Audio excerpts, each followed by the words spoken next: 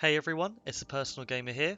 This week I was going to bring you one of my patented 5 series videos, because no one else has ever done a gaming video with 5 elements before. Instead, I'm going to talk about something that happened to me IRL, in Rocket League, not in real life. So the other day, I got back into Grand Champion, which was great. I had been floating around Division 4 for a while, and it was nice to finally break through. I felt like I was back where I belonged. The gratification of knowing that I'm now considered okay at a video game was very rewarding.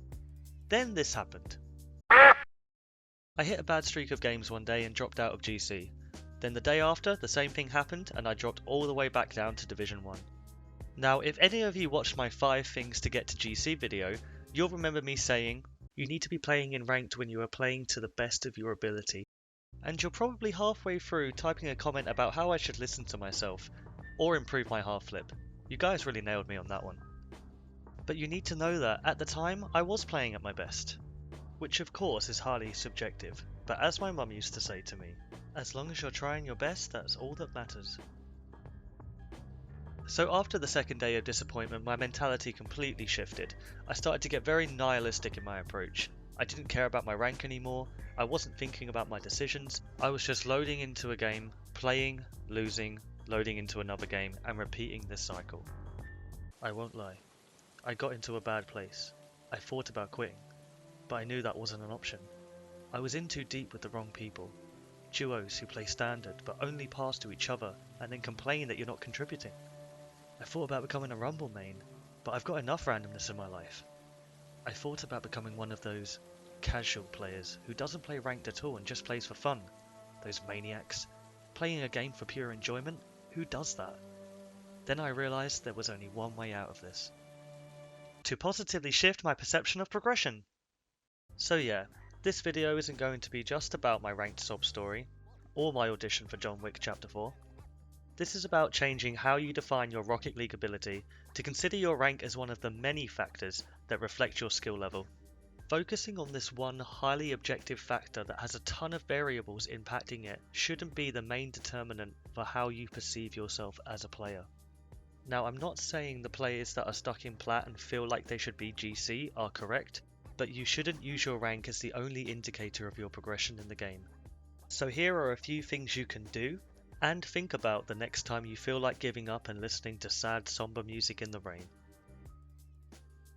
The first few of these we could consider as mental reminders that you can use to combat any negative automatic force, or NATs as they're also called, that start to creep in after you're having a bad day. You could be thinking, I'm never going to get any better. I put all this time in and I'm not improving. But the thing is, just by picking up your controller and going into games, you're already improving. Every single decision that you make or scenario that you encounter is going to redefine and improve your playstyle. Now, if you just go into games and don't warm up or do any training, your progress will be slower. But it's like I said to my clients, half the battle is just showing up. Whatever you do after loading up Rocket League is going to positively contribute to your growth as a player. One of my main issues when I have a few bad days is comparing myself to other people. I'll be watching RLCS or some other LAN event and I see pros doing their thing, making it look so easy. As entertaining as it is, I can't help but wonder why I can't be that consistent. Comparing yourselves to others is very commonplace in my line of work. A client will have a mental idea of what they want to look like, or most of the time they tell me about a celebrity or an actor that has the body that they want. Now, it's good to have an end goal like that, whether it's to build muscle, be a pro player, or if you're K'd up, both. But what a lot of people don't consider when they're comparing themselves to others is the journey of these pro players, or the journey of this individual that's become more physically conditioned. The comparison tends to start and end with how someone visually looks or how much they can lift. In this case, it's the status of the player and also their rank. The most important thing to remember is that everyone starts somewhere. All these pro players started off just like you did, going into the game, not really sure what they were doing, and they have put the hours in order to progress. Here are the total hours of some pros and popular players. Most of them are between 3,000 to 5,000 hours, and this post was over a year ago, so who knows how many they've played now. Hours played is just one of the many variables that may not cross your mind when these thoughts start to creep in. As humans, we tend to be too objective with this kind of stuff. what we visually see, read, or hear about will actually impact our perception of ourselves and our own progression and ability to do something.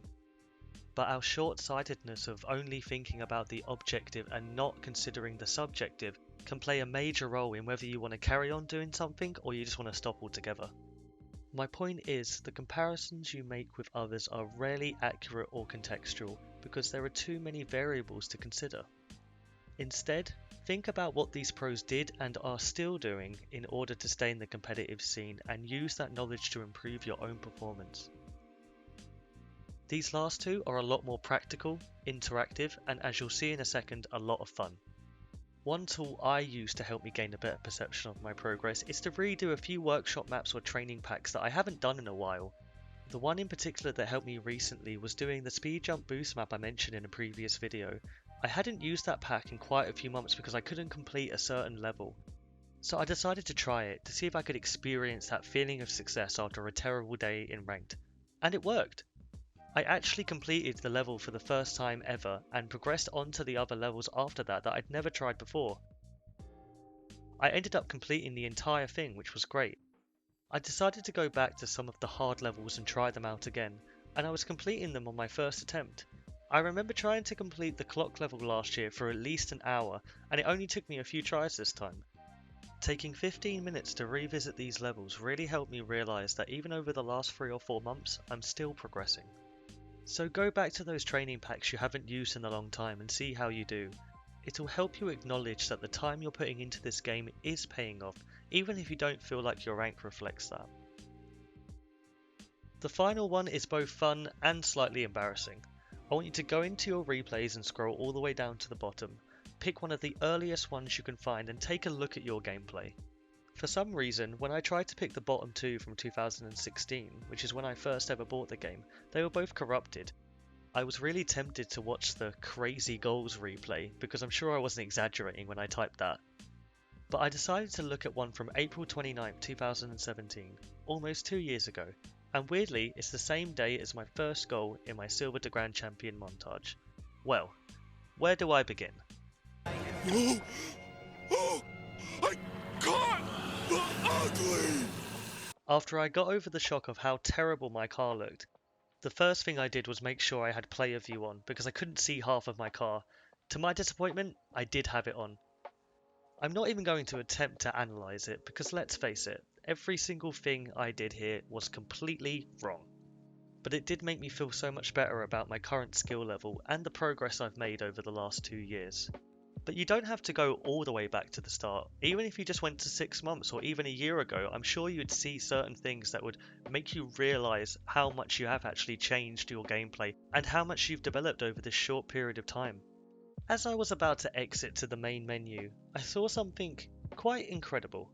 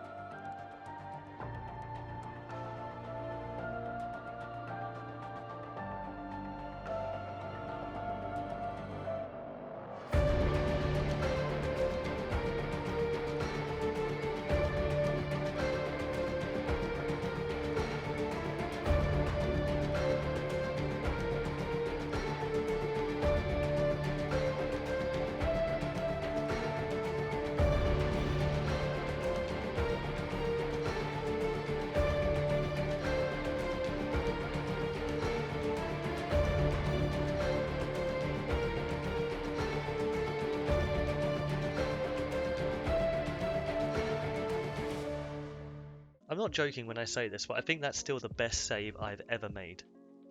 Taking a look at replays is a really great reminder for how you started out, and even if you don't feel like your rank is progressing as fast as you'd want it to be, the other elements of your game are getting better, and sometimes progress is difficult to see when you're too objective. If you're looking at your rank or you're looking at the scales in the gym, there's so much more to it than just numbers and extrinsic reward. Take a step back and look at that bigger picture, and I'm sure you'll feel better afterwards. So that's it for this one. I hope this advice helps you positively change your perception of your progress and keeps you on the path of improvement. Feel free to leave a like if you enjoy these kind of videos. And thank you to everyone that has subbed so far. I'll see you in the next video. Keanu Reeves. Okay, I'll stick to Rocket League.